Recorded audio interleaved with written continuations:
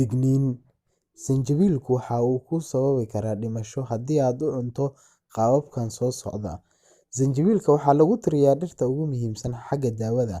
Waa geed aad u faa'iido badan oo u roon caafimaadka bini'aadamka.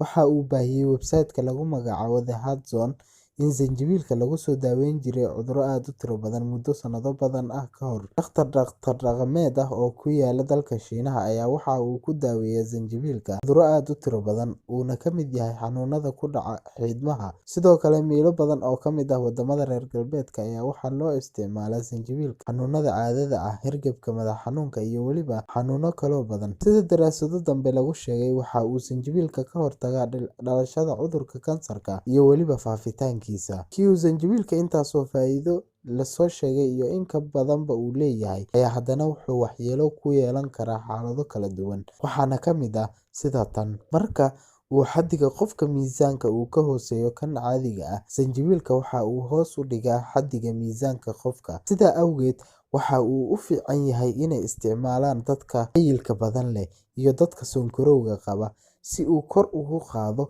darajada aashitada caloosha uuna u caawiyo dheefshiidka. Haddaba, faa'iidooyinka aan soo xusnay uu leeyahay iyo cayilka hoos u dhigo wuxuu dhib u keeni karaa dadka miisaankoodu aadka u hooseeyo, maadaama uu buurnida la dagaallamo uu xayda gubo. Ayaa dadka aadka u dhuudhuuban miisaankoodu hooseeyo ayaa wuxuu ku keeni karaa xaalado caafimaad darro oo ay ka mid tahay inay timuhu daataan, socodka iyo shaqada dhiigga oo hoos u dhaco, iyo naaqusaad ku timaada fitamiinka qofka. Sidaa awgeed, haddii uu miisaankaagu aad u hooseeyo, waxay dhakhaatiirtu kugula talinayaan inaad joojisid cunitaanka sinjibiilka, amaba aad isaga yaraysid cunitaankiisa badan. Labaad, dumarka uurka leh. Haddii ay hooyada uurka leh maalin walba ay isticmaasho 1 garaam sinjibiil ah, wuxuu dhibaato u keeni karaa xaaladeeda caafimaad iyo kan ilmo-galeenka. Daraasado badan waxay isku khilaafeen dhibaatada uu ku keeni karo hooyada uurka leh sinjibiilku. Qaar ka mid ah ayaa waxay yiraahdeen haddii ay sinjibiil hooyadu ay liqdo kuus ka mid ah, waxa ay khalkhal ku keeni kartaa abuuridda ilmaha. Xagga qaarna